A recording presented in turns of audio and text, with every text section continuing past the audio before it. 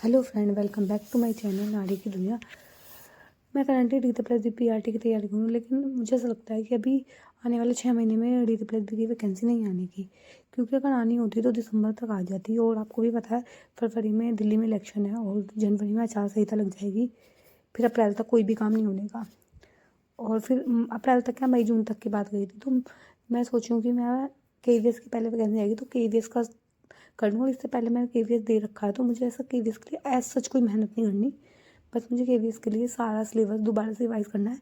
ऐसा नहीं है कि मैं DPSB की तैयारी नहीं करूँगी, उसका भी मैं थोड़ा थोड़ा करती रहूँगी।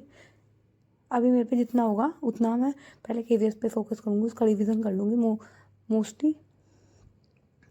फिर जब रिवीजन हो जाएगा तब मैं मॉक टेस्ट लगाऊंगी। और साथ साथ मेरे को जो लगेगा कि हाँ ये मुझे ऐड ऑन करना चाहिए DPSB के लिए, क्योंकि अगर मैं बात करूँ KVS और DPSB में के सिलेबस में काफ़ी अंतर है। अगर हम ये सोचें कि बिल्कुल अंतर नहीं है, बहुत ज़्यादा अंतर है KVS और DPSB के सिलेबस में। और आपको भी पता होगा कि जो KVS पूछता है तो वो इतना नेगेटिव मार्किंग नहीं होती, प्लस पॉइंट है KVS में, नेगेटिव मार्किंग नहीं, तो बहुत सारी चीज़ें आसान होती है। अगर हम DPSB की बात करें तो DPSB में टाइम भी कम होता है, और टाइम के साथ साथ हमें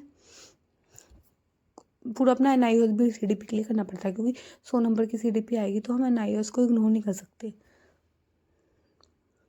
तो मेरे पे जितना मैक्सिमम टाइम होगा, फिलहाल तो मैं DPSB को थोड़ा सा साइड में रख के KVS पे फोकस करती हूँ, क्योंकि उसकी वैकेंसी आने की ज़्यादा चांसेस है।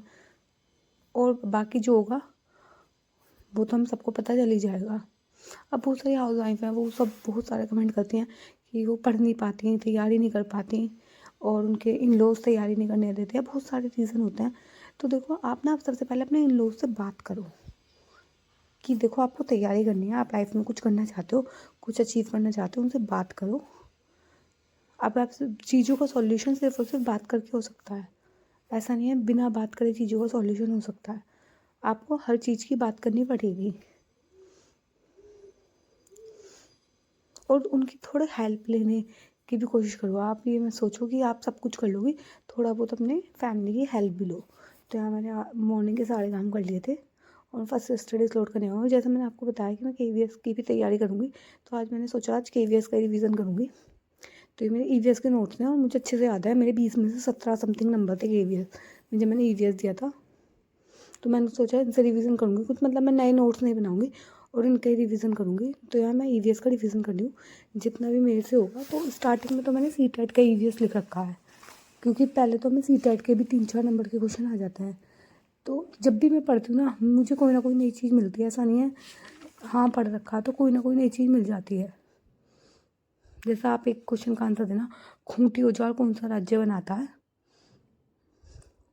और बहुत सारी ऐसा लगता है कि हाँ ये हमने पढ़ा है, लेकिन जब क्वेश्चन अटैम्प्ट करते हैं तो गड़बड़ कर देते हैं। जैसे केरला में कौन से फूलों की सब्जी बनाई जाती है, महाराष्ट्र में कौन से फूल की सब्जी बनाई जाती है, यूपी में कौन से फूल की सब्जी बनाई जाती है। तो ये सारे क्वेश्चन, मधुबनी पेंटिंग कहाँ से स्टार्ट हुई, ये आज मैंने ये सारी चीज़ें पढ़ी थी। तो आज मैंने पूरा CTET वाला कंप्लीट कर लिया, पूरा CTET का रिवीजन किया। और जैसे आप जो टेलर बर्ड होती है वो क्या काम करती है, महाबिहू कौन सा उसमें लगता है, उड़क्का कब लगता है, तो ये सारी चीज़ें आज मैंने कंप्लीट कर ली थी। और मैं पर्सनली बता रही हूँ, जब हम किसी चीज़ को डीपली पढ़ लेते हैं, मैंने आपको EVS के लिए बताया भी था कैसे पढ़ना है, डीपली पढ़ लेते हैं उसके बाद हमें कुछ भी पढ़ने की जरूरत नहीं है। तो एक बार अपने नोट्स अच्छे तरीके से बना लो, कहीं से बना लो, कहीं से मेहनत करके बना लो, कोई किसी का बैच परचेस कर लो, खुद थोड़ी सी मेहनत कर लो। खुद मेहनत करोगे तो तुम्हें ज़्यादा चीज़ टाइम तक चीज़ें रिटेन रहेंगी। तो मैं तो अपने नोट्सों से पढ़ना प्रेफर करती हूँ, क्योंकि मतलब मुझे अपने नोट्सों के अलावा कहीं से समझ में नहीं आता। और यहाँ मैं ना एक डेट को लेके कंफ्यूज थी, तो मैं वो डेट के बारे में सर्च कर रही थी। तो अपने जो नोट्स होता है ना, लोग बहुत मांगते हैं कि इसके नोट दिखा दो। किसी के भी नोट ना उसके कंफर्ट जोन पे जाके बने होते हैं। जैसे मैंने भी EVS के नोट्स बना रखे हैं, तो बहुत सारी चीज़ इसमें जो साइंस के नहीं लिख रखे हैं, जो मुझे पता है, और जो मुझे नहीं पता वो नोट डाउन कर रखा है, शॉर्ट्स में नोट्स बना रखे हैं। ऐसा नहीं है बहुत लॉन्ग लॉन्ग नोट्स बना रखे हैं, सिर्फ एक ही कॉपी है सिंगल पतली सी, और ये भी आधी भरी हुई है सिर्फ, ऐसा नहीं पूरी भर रही है, आधी भरी हुई। और इसी में से मैंने पढ़ के पेपर दिया था और मेरा रिटर्न क्लियर भी हुआ था।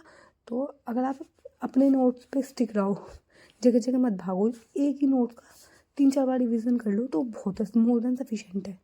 और ज़्यादा से ज़्यादा टेस्ट लगाओ, क्योंकि टेस्ट लगाने से ना बहुत सारी चीज़ें, नए क्वेश्चन, टाइम मैनेजमेंट सब पता चलता है।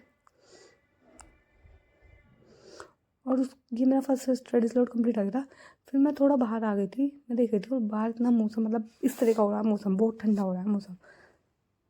और ये 11 बजे, 11 साढ़े 11 बजे का टाइम है, धूप भी निकली थी। मैंने सोचा धूप निकलेगी तो मैं थोड़ी देर बाहर बैठ के पढ़ूंगी, लेकिन धूप नहीं निकली।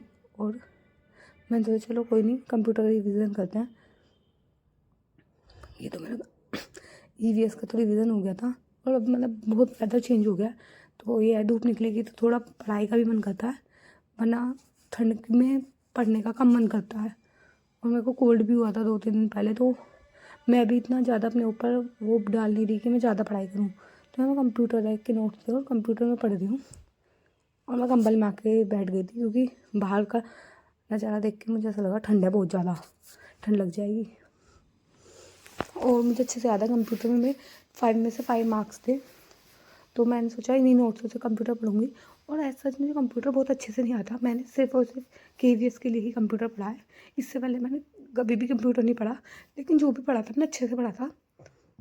अरिहंत पब्लिकेशन की शायद बुक थी इंग्लिश की, उससे मैंने नोट बनाए थे और उसमें बहुत सारे क्वेश्चन थे, मैंने क्वेश्चन सॉल्व करे थे। और जितने भी मैंने टेक्स्ट बुक पे टेस्ट दिए थे, 20-25 टेस्ट दिए थे, जो भी दिए थे, जो वहाँ क्वेश्चन मिल गए वो करे थे, और वहाँ से नोट्स बनाए थे। और उनके अराउंड 200+ क्वेश्चन थे, अराउंड मुझे याद भी नहीं कितने थे, वो सारे सॉल्व किए थे।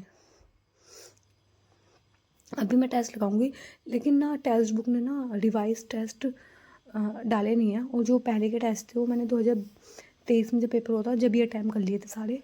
तो अब मेरे को कोई और साइट देखनी पड़ेगी टेस्ट के लिए। एक बार मैं सारा सिलेबस का रिवीजन कर लूँ, उसके बाद किसी और साइट से टेस्ट दूँगी, क्योंकि टेक्स्ट बुक से तो मैंने ऑलरेडी सारे टेस्ट दे रखे हैं। तो मैं किसी और साइट से कोई और साइट पे परचेज करूँगी जहाँ पे मैं KVS का दे सकूँ, क्योंकि DT+B का तो कुछ अता पता है नहीं।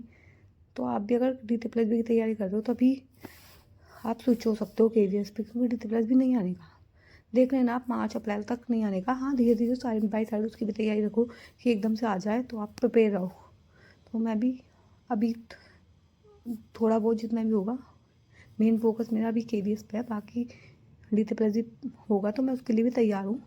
मेरा मोर देन 50% सिलेबस कंप्लीट है, और बाकी मैं कोशिश करूँगी फरवरी तक या मार्च तक मैं सारा कंप्लीट करूँ, क्योंकि पेपर तो होना नहीं फरवरी मार्च तक, लेकिन मैं कोशिश करूँगी सारा सिलेबस कंप्लीट कर लूँ। बात करें इंग्लिश की, तो इंग्लिश का मेरा मोस्टली सिलेबस कंप्लीट है, हिंदी का कंप्लीट है। मेरा मोस्टली CDP ही रह रहा है, ज़्यादा सेक्शन मेरा CDP का रहा है, क्योंकि CDP 100 नंबर की आती है, उसके लिए NIOS पढ़ना है, तो मेरा मोस्टली सेक्शन है ना CDP का ही रहता है। और रीजनिंग वगैरह में 1-2 टॉपिक रहता है। वैसे रीजनिंग मुझे अच्छे से आती है, क्योंकि मैं साइंस स्टूडेंट हूँ, तो रीजनिंग मुझे अच्छे से आती है। तो आज की वीडियो में इतना ही। अगर आपको वीडियो पसंद आई